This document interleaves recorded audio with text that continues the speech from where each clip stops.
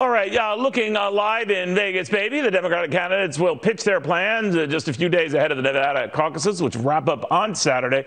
What's interesting here for Republicans say Democrats are just wasting their time. They hope to succeed on issues like health care, which galvanized their takeover of the House in the midterms. They think it can repeat here. Beverly Hallberg joins us, the Independent Women's Forum, and Jason Nichols, the Democratic strategist.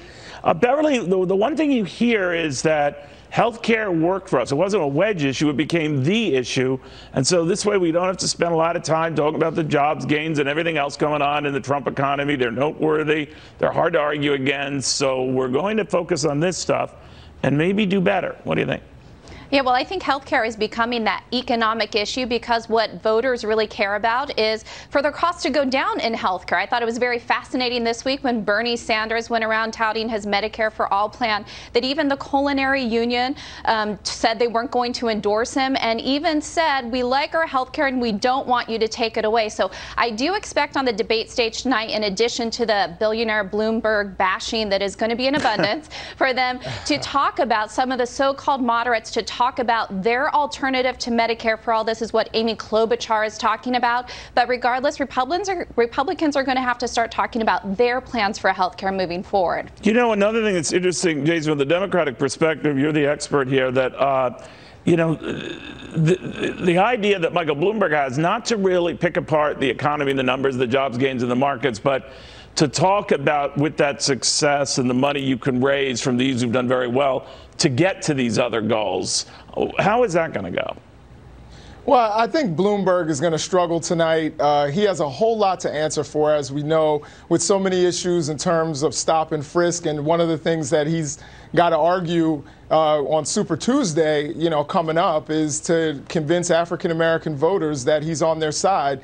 And it's going to be very difficult when you recently said that you supported redlining, which basically destroyed African-American wealth. And then you say, OK, well, I've got a plan for that. I think that it's going to ring hollow for him. But I think health care is a winning issue for Democrats across the board. We know that the president's handling of health care, he's at about 30 in the 30 percentile area in terms of approval for the way he's handled health care. We know he's supported federal lawsuits that basically will take away protections for pre-existing conditions. Yeah, we'll have to see it. No, you raise a good point about how this could all sort out. But I wonder, Beverly, if there'll be a limit to how aggressively they go after Bloomberg. After all, this is the same guy who's promised to write a check to help the nominee, to help the party. They don't want to go too far, right?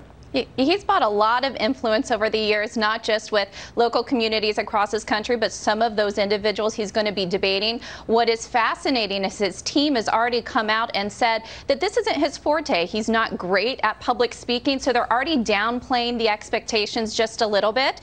So hopefully they're hoping even if he doesn't have a super strong showing, it won't hurt him too badly in the polls. But from a messaging standpoint, I do think he needs to be on that more moderate level, but he is going to be attacked tonight because he has been gaining in the polls. And keep the expectations low on that, Jason. I built a career on it, so maybe he should try.